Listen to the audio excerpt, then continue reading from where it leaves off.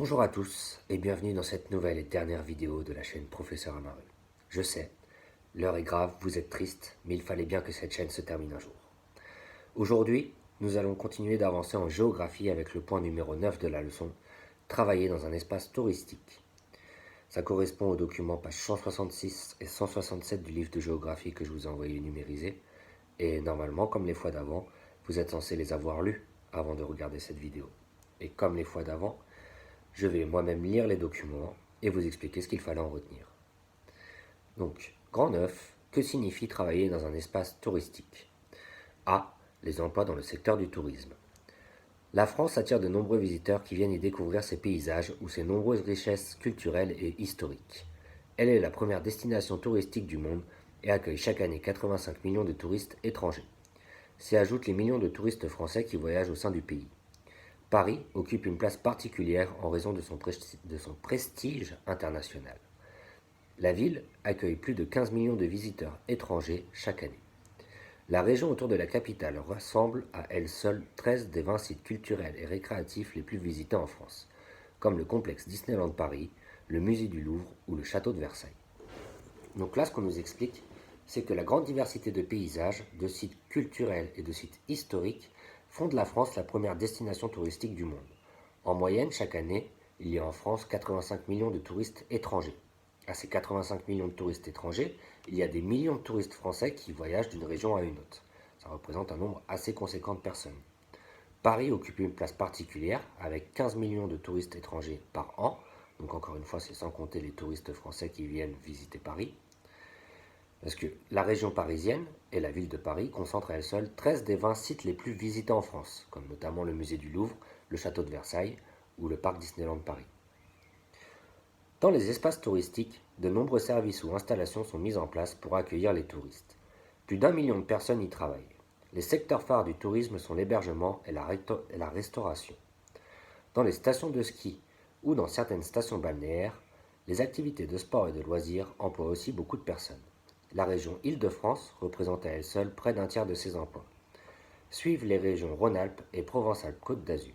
Au total, ces trois régions concentrent la moitié de l'emploi touristique en France.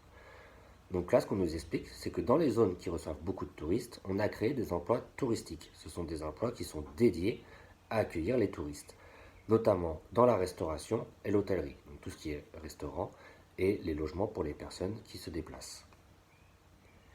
L'Île-de-France, la région Rhône-Alpes et Provence-Alpes-Côte d'Azur, concentre à elle seule la moitié de tous ces emplois touristiques en France. B. Les emplois saisonniers.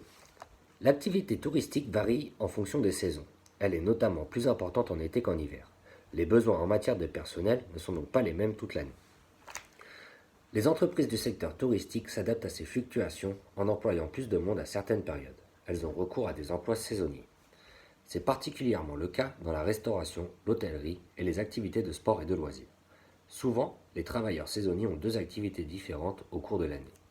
Par exemple, être serveur en restauration sur la côte d'Azur l'été et guide de montagne dans une station de ski l'hiver. Le littoral est l'espace qui bénéficie le plus du tourisme estival. Sur la côte corse, l'emploi touristique est 4 fois plus important au mois d'août qu'au mois de janvier. Sur les littoraux atlantiques et méditerranéens, il l'est à 2 à 3 fois plus. Donc là, ce qu'on nous explique, c'est que, en plus des emplois touristiques, en fonction de la saison, on va avoir un pic de touristes dans certaines zones. Par exemple, à la montagne, il y a un pic touristique en hiver. Sur les plages, il y a un pic touristique en été. Donc, pour répondre à cette forte demande ponctuelle des touristes, on va en créer des emplois saisonniers. C'est-à-dire que ce sont des emplois qui existent pendant une période de l'année. Souvent, les travailleurs saisonniers ont deux emplois avec lesquels ils jonglent tout au long de l'année. En été, ils occupent un poste près des plages ou dans une zone touristique estivale. Et en hiver, ils occupent un poste dans les stations de ski. L'emploi saisonnier peut être 3 à 4 fois plus important que la moyenne en fonction de la saison. Par exemple, c'est ce qu'on nous explique dans le dernier paragraphe. En Corse, l'emploi saisonnier en plein été, ça représente 4 fois l'emploi saisonnier en plein hiver. Voilà, c'est tout pour cette fois. J'espère que ça a été assez clair. Il vous reste juste à recopier la trace écrite dans le cahier de géographie à la suite des points précédents. Et ce sera tout pour cette dernière vidéo. A bientôt en vrai pour de nouveaux cours dans notre salle de classe. Bonne journée à tous et bon courage!